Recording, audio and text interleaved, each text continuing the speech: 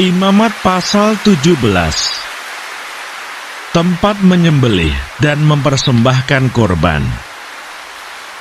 Tuhan berfirman kepada Musa, "Berbicaralah kepada Harun dan kepada anak-anaknya, dan kepada seluruh orang Israel, dan katakan kepada mereka, inilah firman yang diperintahkan Tuhan.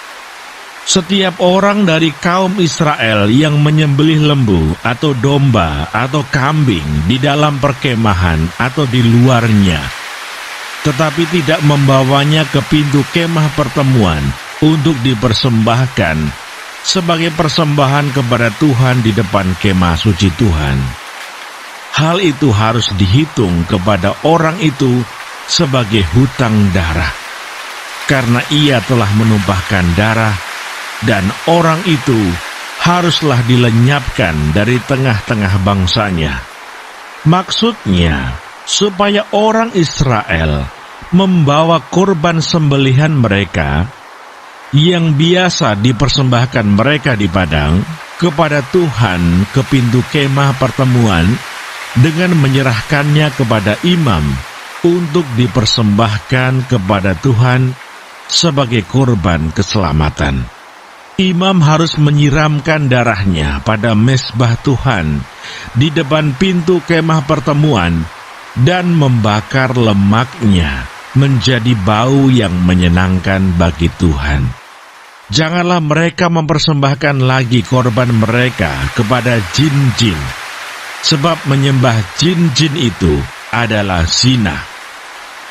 Itulah yang harus menjadi ketetapan untuk selama-lamanya bagi mereka turun-temurun. Dan haruslah kau katakan kepada mereka, setiap orang dari kaum Israel atau dari orang asing yang tinggal di tengah-tengah mereka, yang mempersembahkan korban bakaran atau korban sembelihan, tetapi tidak membawanya ke pintu kemah pertemuan supaya dipersembahkan kepada Tuhan, maka orang itu haruslah dilenyapkan dari antara orang-orang sebangsanya. Larangan tentang makan darah atau bangkai. Setiap orang dari bangsa Israel dan dari orang asing yang tinggal di tengah-tengah mereka yang makan darah apapun juga, aku sendiri akan menentang dia dan melenyapkan dia dari tengah-tengah bangsanya. Karena nyawa makhluk ada di dalam darahnya, dan aku telah memberikan darah itu kepadamu di atas mezbah untuk mengadakan pendamaian bagi nyawamu. Karena darah mengadakan pendamaian dengan perantaraan nyawa. Itulah sebabnya aku berfirman kepada orang Israel, seorang pun di antaramu janganlah makan darah. Demikian juga orang asing yang tinggal di tengah-tengahmu tidak boleh makan darah.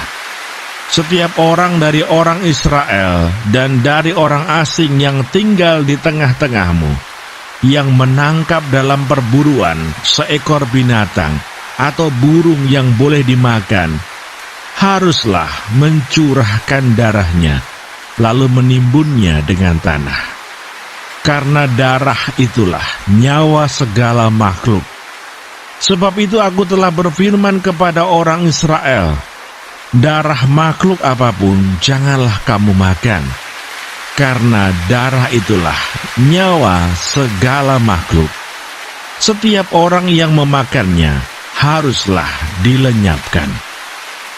Dan setiap orang yang makan bangkai atau sisa mangsa binatang buas, baik ia orang Israel asli maupun orang asing, haruslah mencuci pakaiannya, membasuh tubuhnya dengan air, dan ia menjadi najis sampai matahari terbenam, barulah ia menjadi tahir.